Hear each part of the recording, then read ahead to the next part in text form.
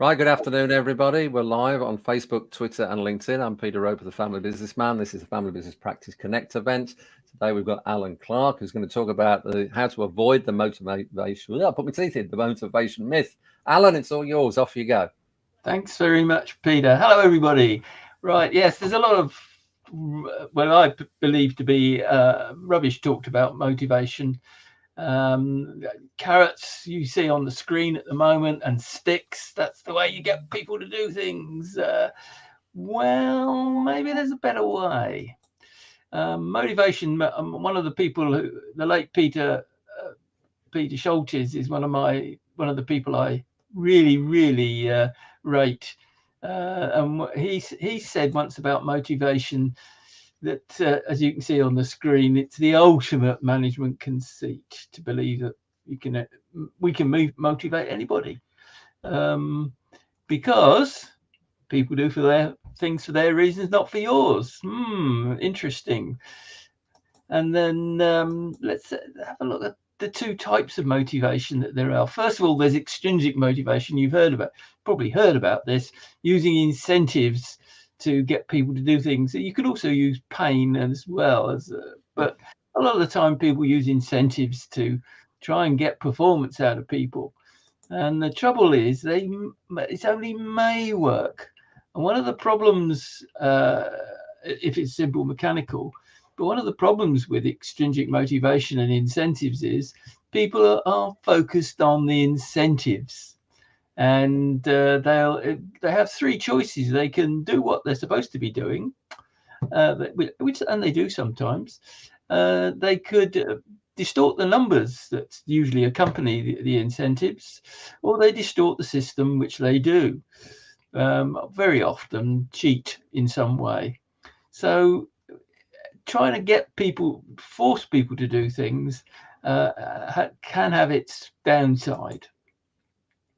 A better way is intrinsic motivation, where people do, as I said, they're willingly engaged, and they're interested in what they're doing. Really getting excitement from it. You're not pressurizing them to do something. Frankly, nobody could pressurize me even to go up that ice wall, by the way.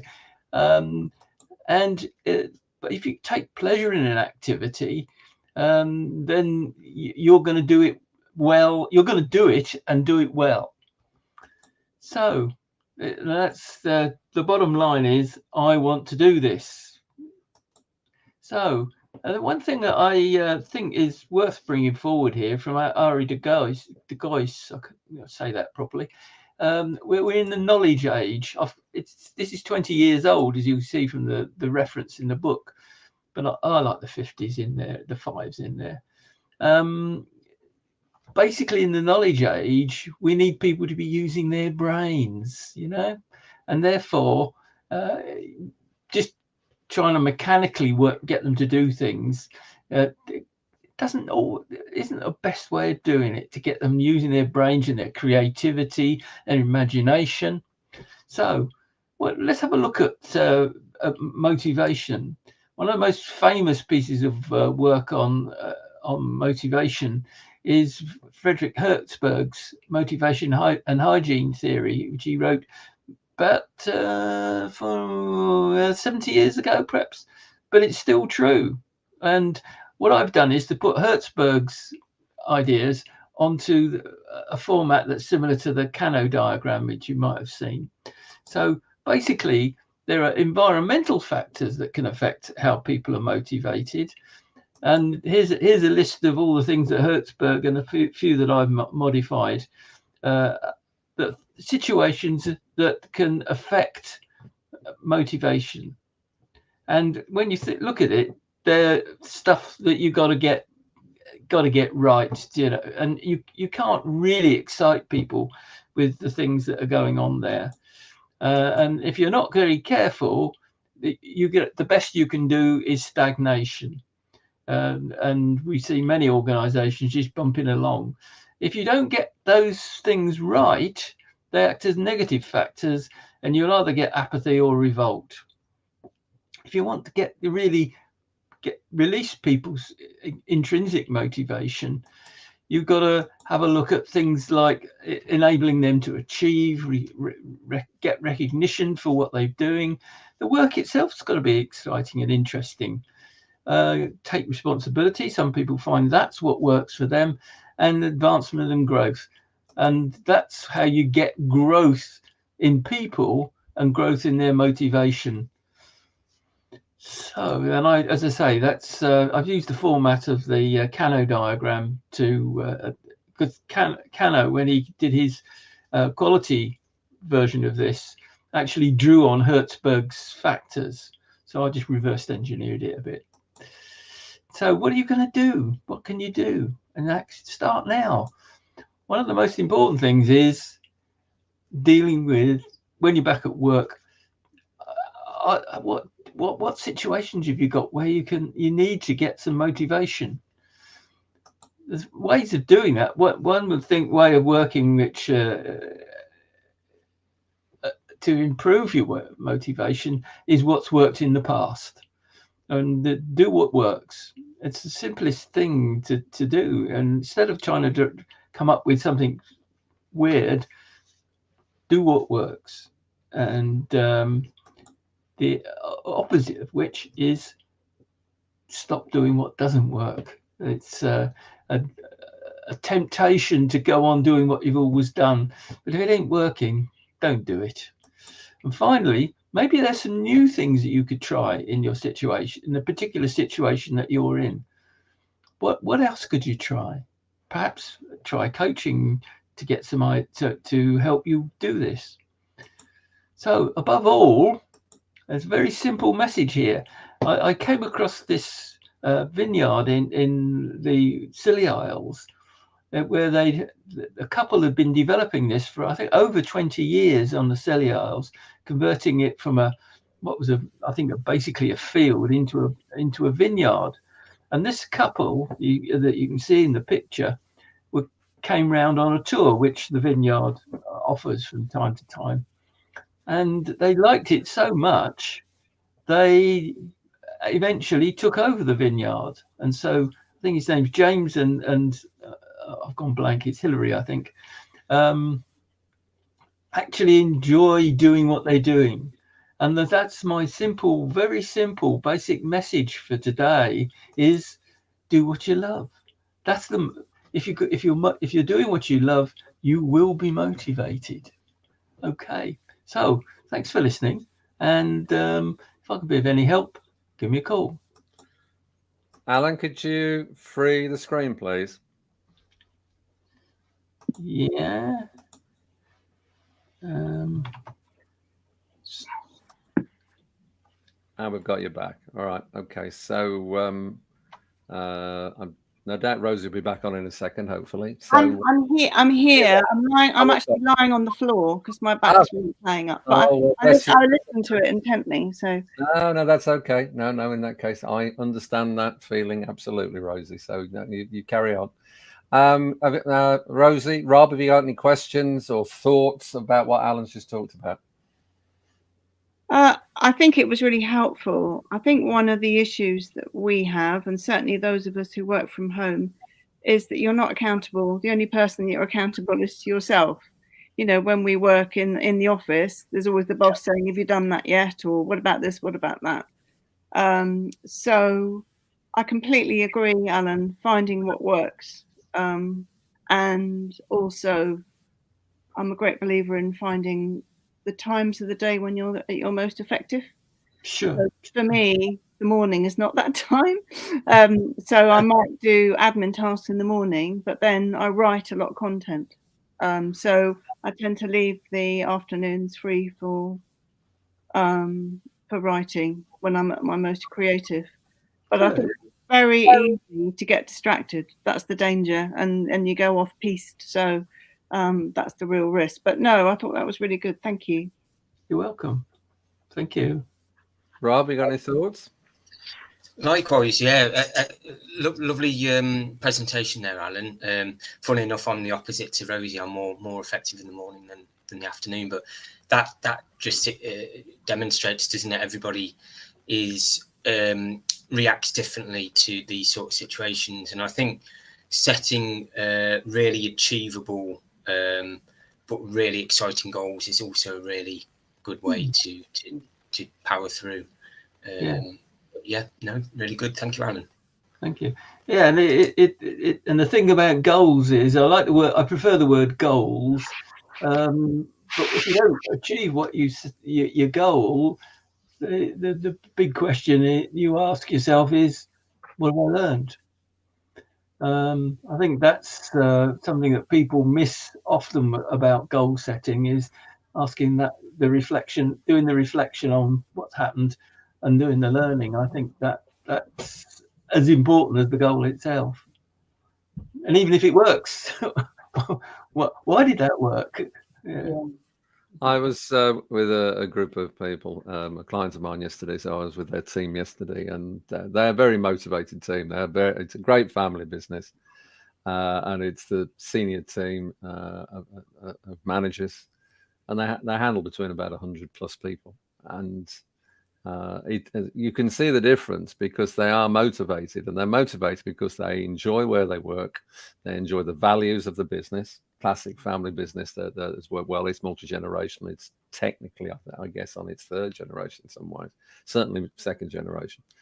And you can see such a difference. And it's not something that we didn't need to talk about motivation yesterday. We talked about values, we talked about other stuff, but not motivation. And I've in prior years in the past, I've worked with corporate teams. And they wanted a motivational development session, for the day or a couple of days.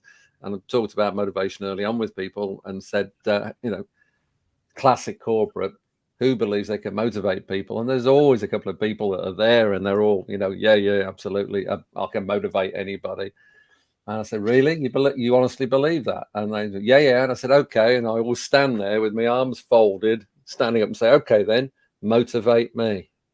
All right, and they kind of look at you with daggers because they know full well, if I'm choosing not to be motivated, you're not going to do it unless you've got a gun to my head or something. But but literally, people are only motivated from within. They can't be. External forces might drive you to do stuff, but keep things going, you've got to be doing stuff that you appreciate. I guess probably anybody that's watching this or listening to this right now, there will be times in your life when you do stuff which you really don't want to do. But if you're motivated to get the end result, you'll carry on doing it. And for sales running your own business, Rosie, I think it's such a great point, about basically working for yourself. And I know Rob, Alan, you're the same. It's tough. It's tough. There are times when you are not motivated. I mean, I'll put my hands up. When I decided to damage myself back in August of this year and tear a hamstring for a little while, I was less than motivated, frankly. Sure. Although I had stuff I had to do, and that was because I was a combination of being in pain, sucking my thumb, or whatever, and it was just distracting me, and so my motivation wasn't there like it would normally be. It is now. It's back now in big style, but everybody goes through those phases. And Alan, you're absolutely right. It's great how you use the curve there to show absolutely that the motivation and productivity effectively go hand in glove, don't they? Yeah. I remember one of the first jobs I did as in fact, it was a consulting job, and we were doing some improvement work, and I was working with a particular dispatch team, and the manager said, you've got this X going to be responsible for working on this. It's going to be difficult for you. He's not motivated, he's really, oh no. And he was a lovely bloke, was X. He was a lovely bloke. And the problem wasn't X. The problem was the way X was being treated. Yeah, I completely agree with that. I used to work in FE, and that's how I got my break in PR and marketing. Actually, I took on maternity leave role and ended up staying, and I loved it. And I was told that the graphic designer that was on the team was just really difficult to work with and a bit of a drama queen and all this kind of rubbish. He wasn't at all. He wasn't being properly motivated in the way that he needed to be motivated. and he was being told to put a design together in the space of, I don't know, a day, half a day. You can't work with designers like that. You need to give them thinking time. I don't know if Rob's come across this. You know, you do need to give creative people enough time to come up with the ideas. And as soon as I gave him that space, he did some amazing things and did an award-winning campaign. So it's finding, I think with motivation, it's finding the way that other people tick, not them necessarily the way that you might think that they would behave or be motivated. I think what Peter was saying about values is very important. I didn't stray into values, but the way you treat people in an organization and build the trust and create the environment, then that is a way of releasing the motivation. I can go on for hours on the subject, but I think that's a very important point that Peter brought up about values. If the values of the business are, as you say, in that family business, really strong and positive, then you won't have a problem with motivation because people enjoy being there. And and they'll put the time in. And another area we covered yesterday, it all fits into this, and we'll do a recording on these different subjects at different times. I spent some time sharing about different generations. You start looking at the silent generation, the baby boomers, Gen X's, etc., Gen Ys, Gen Zs, all that sort of stuff. Rob, I know for you in recruitment process, the viewpoints of those different generations are very, very different. The way they motivate themselves and can potentially be motivated is very, very different. And we had a phenomenal 90-minute session on that, which was really eye-opening for everybody. And again, we talk about motivation in general, but the different generations themselves, and obviously I'm not getting into male, female and all that sort of stuff. But generationally, definitely there are major differences. There are major, some people will say pluses and minuses. I would rather say there are just differences and you need to approach it differently. Maybe that's an older bloke talking, I don't know, but that's my experience over the years. I don't know how you are with that, Rob, with recruitment. Absolutely. No, you're absolutely correct. And I think, there's a full circle of factors at play when somebody is motivated and how that encompasses itself on a full spectrum of, what we're talking about when you're attracting staff, for instance, and how you bring people in and how you value them and how you look after them and how you accommodate what they're looking for, all is part of motivation, isn't it? Because if you don't get one part right, then something might not work to allow that person to become and continue to be motivated. So lots of factors to consider, particularly as employers, and how you have to adapt to a changing market, and and it can be a challenge, can't it? But lots of opportunity out there as well, I think. Yeah, I think you're right. And I think you also have to appreciate that everybody's different to sort of be a bit general about it. There are different learning styles, for example, and thinking styles. I'm highly visual in my thinking style, and I know somebody else, in fact, a boss of mine, who I had an idea which I shared with them in a diagram form, which is one of the things that works for me. It didn't work for them, so I wrote up a little spiel on it and gave the boss the little spiel, and they said, yeah, oh wow, fantastic. So people have different learning styles, they have different comprehension styles, and so that goes across genders and all sorts of other variations. You've got that on top of it. Motivation is a big subject, and we're certainly not going to give a cure to all ills on it in a 20-minute live session. But I think the key for me, and Alan, thank you for the presentation. I think the thing about motivation most of all is it has to come from within. So if you're doing something that you love to do, that's a big advantage. I know there might be somebody watching this and say, it's all right for you, but I don't like what I do. Well, there's a couple of alternatives to that one. The facetious answer would be, well, go and do what you do like to do. But you might not be in a position to be able to do that, in which case you have to find other things that will help you to stay motivated, even though you're doing something you don't particularly enjoy. We've all had jobs or jobs inside our businesses, which frankly we hate, but we have to do them, because if we don't do them, we get a big problem. So it's finding the wherewithal of whatever it is, and to me, when all else fails, chocolate. That's my weak spot. Yeah, that's the thing. If all else fails, it's chocolate, Jaffa cake, jelly babies, pretty much anything really. In all seriousness, you got to find something. I think we're about there. We normally try and run these sessions between 20 and 25 minutes. Alan, thanks for that. Rosie, Rob, thanks for your input for it. I think that's been a great session. And these sessions, as I said at the start, have gone on YouTube straight there, so you can watch it again if you wish. Obviously it's on Facebook and LinkedIn as we speak. If you want to know more about Alan, you can find him certainly on LinkedIn quite easily, and Rosie and Rob. And the Family Business Practice, or me, you can find quite easily as well. So if you want to know more about any of this stuff, give us a shout. It's been great to spend some time with you, and we'll see you all again soon.